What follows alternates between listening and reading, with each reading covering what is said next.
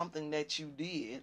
Lying is when you lie to people and tell them that you are doing good, but you are not doing good. What has happened is the enemy has brought us to a point as to where we feel like we can't be honest, because what we're worried about is what somebody is going to say. Oh, they going to go back and tell my business and all this old kind of stuff. Well, listen here, let me tell you something. Nobody is in a position to talk about anybody, just to be honest with you. I don't know whether y'all know that or not, but nobody's in a position to talk about anybody else, because, there are 5 areas of life, and if you're not struggling in all 5, I guarantee you, I bet you about 1 or 2 of them messing with you. And you know what I'm saying? The 5 areas of life, there's going to be spiritual, mental, physical, emotional, and financial. Those are the 5 areas. And so this is the thing about it. You could be doing really, really, really good. And you say, well, I'm doing pretty good, honey. I got my mind stayed on Jesus.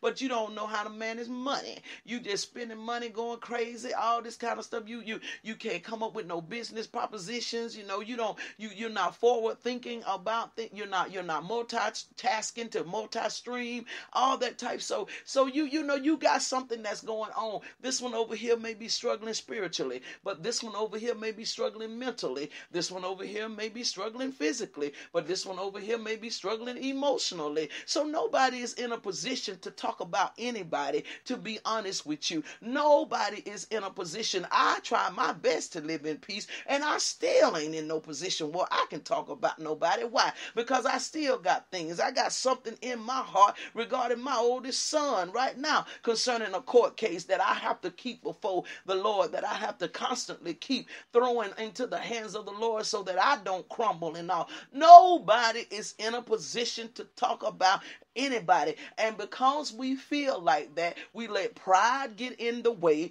and then we won't tell the truth about how we're feeling. We could be sick as a dog, got the Hong Kong flu, all kind of stuff. And somebody, how you doing, girl? I'm fine. I'm fine, girl. I'm doing good. Lying. And so Paul was saying to them, he says, listen, in verse 25, Ephesians chapter 4, verse 25, he says, look, put away that lying, man. Stop telling them lies. Quit lying like that. Put that stuff away. Stop lying. Wherefore, putting away lying, speaking every truth with his neighbor. Stop telling people that are asking you, hey, how you doing? Stop telling people that are genuinely concerned about you and all. Stop telling them lies. Quit lying. Tell the truth about the matter. If you are upset about the matter, tell the people, I'm pissed off.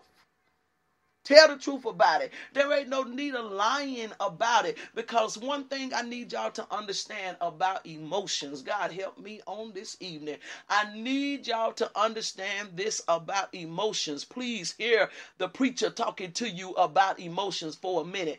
Emotions can only stay for as long as you allow them. I'm going to say it to you again. Emotions can only stay or linger for as long as you allow them. Loudspeaker moment. Can you hear me now? Emotions can only stay for as long as you allow them. They cannot dominate you if you don't want them to, because they are not bigger than God. They are not more powerful than God. They are not more powerful than God.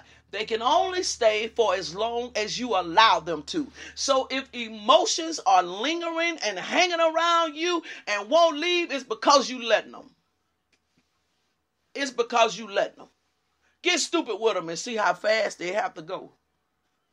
They can always be replaced. You know that, don't you? You do know that, right? They can be replaced. There's been some times in your life where emotions has had to be replaced. You know how you loved them one time, but now you don't. See how that emotion got replaced? So I'm trying to tell you, emotions can only linger for as long as you allow them to. I'm going to need somebody to get that right there. I'm going to need somebody to put that right there in your pipe and smoke it. That right there. They can only linger for as long as you allow them. When I get sick of them, baby, I start dealing with them. Do you hear me? When honey, if these walls could talk in here in my place, please. When I get sick of them, I get with them. Do you hear me? I get with them. Let me deal with a situation. And this is the God in heaven truth. The Lord knows this. Let me deal with a situation, and it is a negative situation. I hate negative emotions. I hate them. Let me deal with something, and it is a negative emotion. When I say negative emotion, I mean it either makes me sad, it either makes me mad, it makes me feel some type of way like discombobulates me or so. Let me deal with that type of emotion. Let me tell y'all what I do. I only deal with it for give me about a day with it, and I'm about to get stupid with it if it don't leave. If I get up that next day and that thing is still there messing with me, I'm fixing to get real stupid with it. So help me God. And I don't send it no message in a bottle, baby. No, I sure don't. I talks to it. I speak just like I'm talking to y'all. I don't think it in my head. I speak just like I'm talking to y'all. I said, listen, we ain't finna do this. What you finna do is get away from here. That's what you finna do. You are fixing to get away from here. Because see, I am the righteousness of God. And the peace of God that surpasseth all understanding is my portion. That's my portion. I don't have to understand it to trust him. I've convinced myself that in my head, that I do not have to understand God in order to trust him. If you think that you got to understand God to trust him, you're going to be hurt a lot in life. I do not have to understand him to trust him. All I need to know is he's faithful. And all I need to know is that he's honest. And he's honest in the context of telling me that he will never leave me nor forsake me. So then that means no matter what I am dealing with, he's right there with me. And because he's right there with me and he's a comforter, guess what I'm going to do? Let him comfort me. That's exactly what I'm going to do. I'm going to let him comfort me before I let you stress me. So you finna go. Negative emotions. That's how I deal with them. I'm just being honest with you. That's how I deal with them. I can't stand them. I can't stand them. I don't like them. I don't like them. They rob you of too much. They rob you. Negative emotions rob you of too much. I cannot stand them. They are takers. They are not givers. They are takers. They take your peace. They take your sanity. They'll take your jobs, whatever it is from you, because you running around depressed, can't get up and go function like you supposed to. Now you done got fired. They take from you. They take too much. Negative emotions take entirely too much. People don't even want to deal with folk with negative emotions. They'll start trying to shun you. Don't want to take your phone calls. Don't want to come be around you. None of that stuff with negative emotions. I don't like them. I get rid of them. I get rid of them. And so I'm telling y'all, put yourself in a position as to where you tell the truth. Find you somebody you can be honest with and learn to quit going places. And if something is stop lying. How you doing? Well, I'm doing fine. I'm doing all right. You just found out that somebody just went in your credit.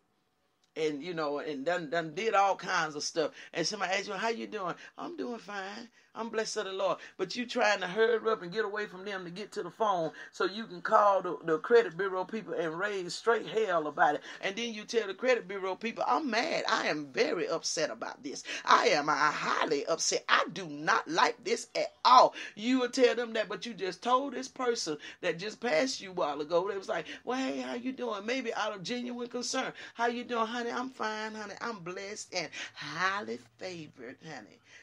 Just lying. So that's what he's talking about right there when he says, put away lying, speaking every man truth to his neighbor, okay? For we are members one of another. So notice what he comes back and says. He says we are members one of another. So he's trying to let us know that you're really supposed to be unified. This stuff that we're doing out here now is nothing of what the Bible talks about. It doesn't exemplify God to the fullest at all. y'all, because we're supposed to be members one of another. We're supposed to look out for each other. We're not supposed to be in a position as to where we feel like, well, I can't talk to her or I can't talk to him. Look, let me tell you something about the life of a Christian. The life of a Christian. Hear me well. The life of a Christian. Look in your Bible, Google it and find it. It says in the Bible that we are living epistles read by men daily. Epistle is a writing. That's what it is. It's a writings or a subject or a chapter. It says that we are living epistles. Do you hear what I'm saying to you? We are living epistles read by men daily. So basically what that's saying is your life is an open book. If you are a Christian and you still got a whole bunch of stuff you trying to hide, well, I beg to differ, and I'm finna make you mad.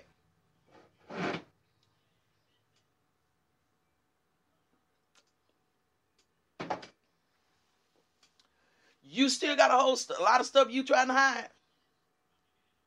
Well, I just don't want them to know in my business. Well, what you doing that they don't need to know? Huh? What are you doing that they don't need to know? I just don't, honey. I'm just that type, honey. I just don't like folks all up in my business, honey. I don't. I don't. I just don't like folks all up in my business. What is you doing? What is you doing? You're supposed to be a living epistle read by men daily. It's an open book test, baby. It's an open book test. It's an open book test. I said earlier, Sharika got access to my Facebook. Why? Because ain't nothing in there she can't see. If she wanted to look in it, there ain't nothing in there she can't see. Pull up at my house at 10 o'clock at night, 10:30 at night. However, you pull up out here, you ain't going to see nothing you're not supposed to see. I'm a single woman. You ain't going to see nobody running in and out of here. What are you talking about? Well, I just don't like for people to be up in my business, you know. I just don't like people. Come on. A living epistle. A living epistle. That's what it says. A living epistle. Let's see. Let me go ahead and get that scripture. I'm gonna get it for y'all so you can have it and see what I'm talking about.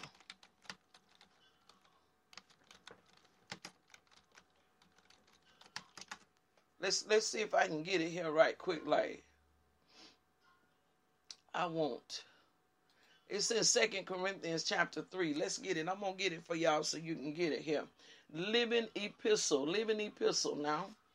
Okay, 2 Corinthians chapter 3. Check it out what it says right here. It says in verse 1, it says, 2 Corinthians chapter 3, verse 1, it says, Do we begin again to commend ourselves? Or need we, as some others, epistles of commendation to you, or letters of commendation from you? Excuse me. Verse 2, Ye are our epistle written in our hearts, known and read of all men. That's where we are supposed to be. We are supposed to be known and read of all men. And the thing about it is that means that we are not going around living secret lives, y'all. We're not supposed to be living secret lives. Y'all, come on, listen. I'm dealing with adults on here. I know I am. And I know as an adult, you've done some things before Christ. And if you're like me, you done did some stuff AD after Christ.